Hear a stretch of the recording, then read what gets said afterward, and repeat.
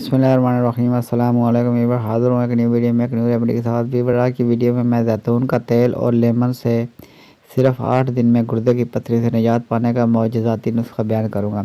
Weaver remedy बयान करने से पहले मेरी आपसे दरख्वास्त है कि अगर आप हमारे चैनल पर नए हैं तो हमारे चैनल को सब्सक्राइब कर दीजिए और साथ लगे बेल आइकन को प्रेस कर दीजिए ताकि हमारे आने वाली तमाम वीडियोज़ आप तक बर वक्त पहुँच सकें। आपका बहुत बहुत शुक्रिया। गुर्दे की पथरी आज के दौर में आम पाया जाने वाला मसला बन चुका है।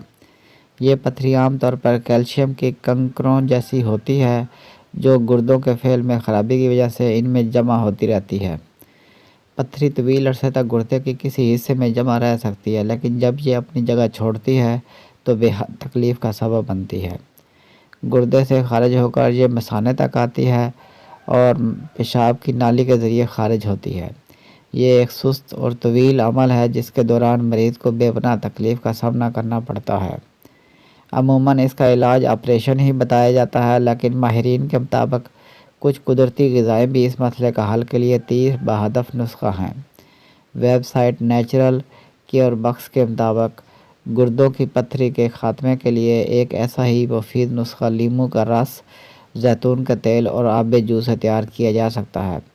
लीमू पथरी को तहलील करने की सलाहियत रखता है जो कि जिसकी वजह से पेशाब की नाली का तनाव कम हो जाता है और जैतून के तेल इससे ज़रूरी चिकनाहट फराहम करता है। ये नुस्खा तैयार करने के लिए जैतून का तेल 100 मिलीलीटर, आब जो 100 मिलीलीटर और लीमू का रस दरकार होगा।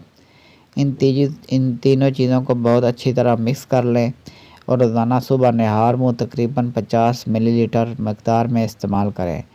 बाकायदगी से इस्तेमाल करें तो तकरीबन 4 से 5 दिन में पेशाब की रंगत कदरे ज़्यादा पीली महसूस होने लगेगी, जिसका मतलब है कि नुस्खा काम कर रहा है। अमूमन तकरीबन 8 दिन में मसला मुकम्मल तौर पर हल हो जाएगा। अब तक के लिए इतने मिलते हैं नेक्स्ट वीडियो में एक न्यू रेमेडी के साथ। वीडियो अच्छी लगा तो लाइक कीजिए, शेयर कीजिए और हमारे चैनल को सब्सक्राइब कर दीजिए। साथ लगे बेल आइकन को प्रेस कर दीजिए ताकि हमारे आने वाली तमाम वीडियोज़ आप तक बर वक्त पहुँच सकें। आपका बहुत बहुत शुक्रिया।